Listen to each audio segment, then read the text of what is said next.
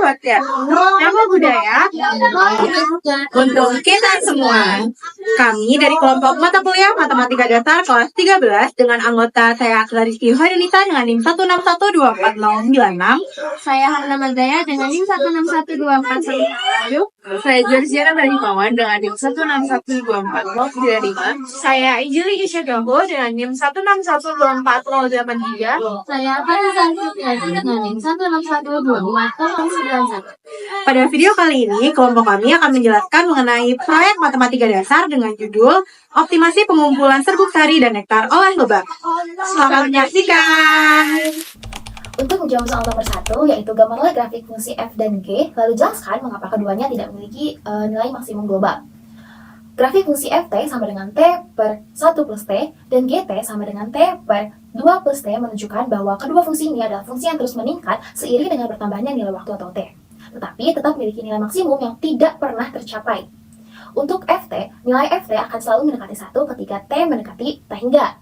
Hal ini menunjukkan bahwa fungsi ft mendekati asimptot horizontal y sama dengan 1. Begitu pula dengan fungsi gt. Fungsi gt mendekati 1 ketika t-nya mendekati t hingga. Berarti fungsi gt juga mendekati asimptot horizontal y sama dengan 1. Lalu kita tentukan turunan dari ft dan gt. Untuk f aksen t sama dengan 1 plus t min t per 1 plus t kuadrat sama dengan 1 per 1 plus t kuadrat. Untuk g aksen t, 2 plus t min t per 2 plus t kuadrat sama dengan 2 per 2 plus t kuadrat. Analisis terhadap turunan f aksen t dan g aksen t lebih dari 0 saat t lebih dari 0 menunjukkan bahwa kedua fungsi ini adalah fungsi yang selalu naik. Namun, karena kedua fungsi ini hanya mendekati nilai asimptot tanpa mencapainya, maka kedua fungsi ini tidak memiliki nilai maksimum global.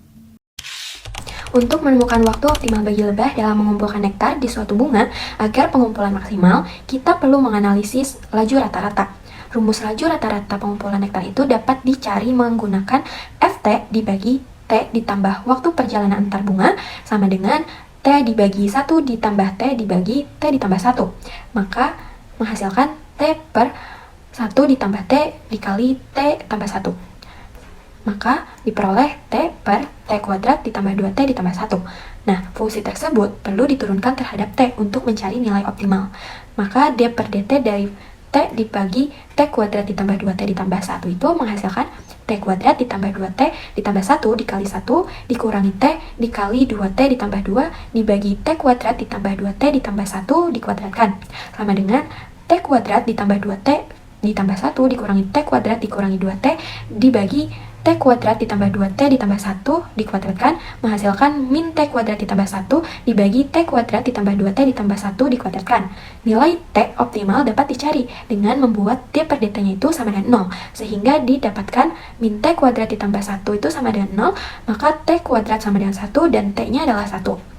Dengan demikian, waktu optimal bagi lebah untuk mengumpulkan nektar adalah 1 detik, karena pada waktu ini laju pengumpulan nektar berada pada nilai yang maksimum.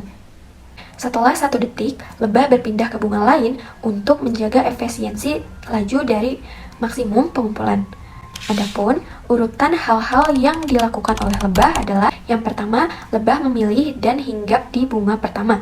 Yang kedua, selama 1 detik, lebah mengumpulkan nektar dari bunga tersebut. Selama proses ini, laju pengumpulan nektar mencapai maksimum. Setelah mencapai waktu optimal yaitu 1 detik, lebah menghentikan pengumpulan nektar. Lalu yang keempat, lebah terbang menuju bunga berikutnya dengan waktu 1 detik dan mengulangi proses. Untuk soal nomor 3 digunakan pemisahan T1 sebagai waktu untuk mengumpulkan nektar dan T2 sebagai waktu untuk mengumpulkan serbuk sari.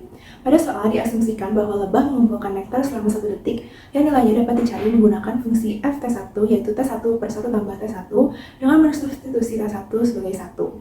Didapatkan F1 atau nilai nektar yang dikumpulkan lebah selama 1 detik adalah setengah.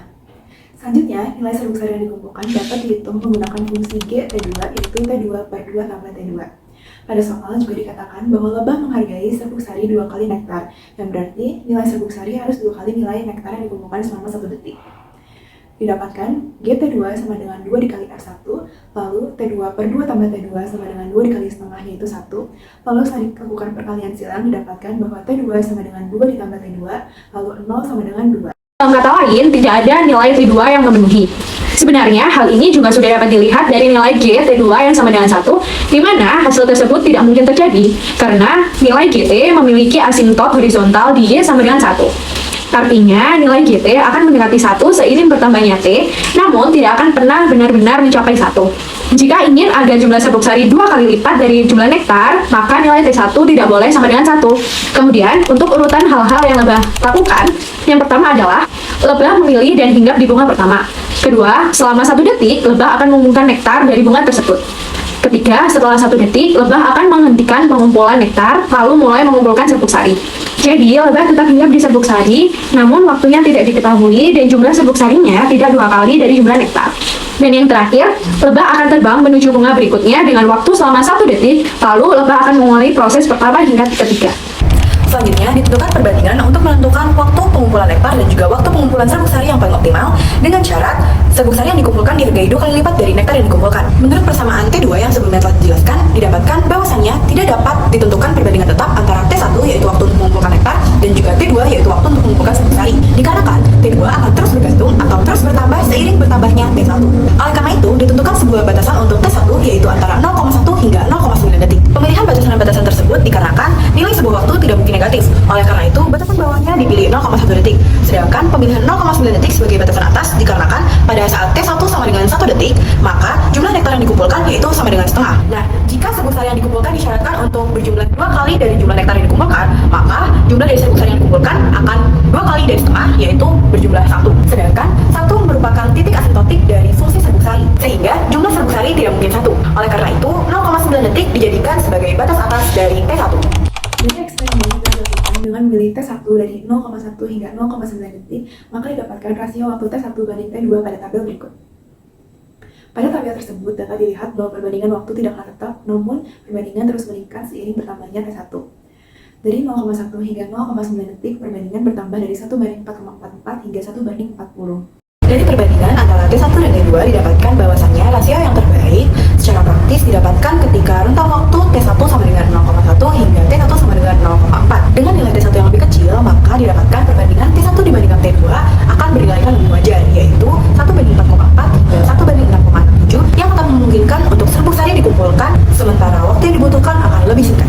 Namun, dalam rentang waktu tersebut, kondisi yang diinginkan yaitu serbuk sari yang dikumpulkan bernilaikan 2 kali dari nektar yang dikumpulkan tidak akan terpenuhi. Untuk mendapatkan nilai serbuk sari 2 kali lipat jumlah nektar, maka harus digunakan T1 0,9 detik dan T2 36 detik. Setelah dilakukan perhitungan, didapatkan F 0,9 adalah 0,474 dan G36 adalah 0,948. Dari perhitungan tersebut, terbukti bahwa jumlah serbuk sari adalah 2 kali lipat jumlah nektar dan mendekati batas asintot yaitu 1.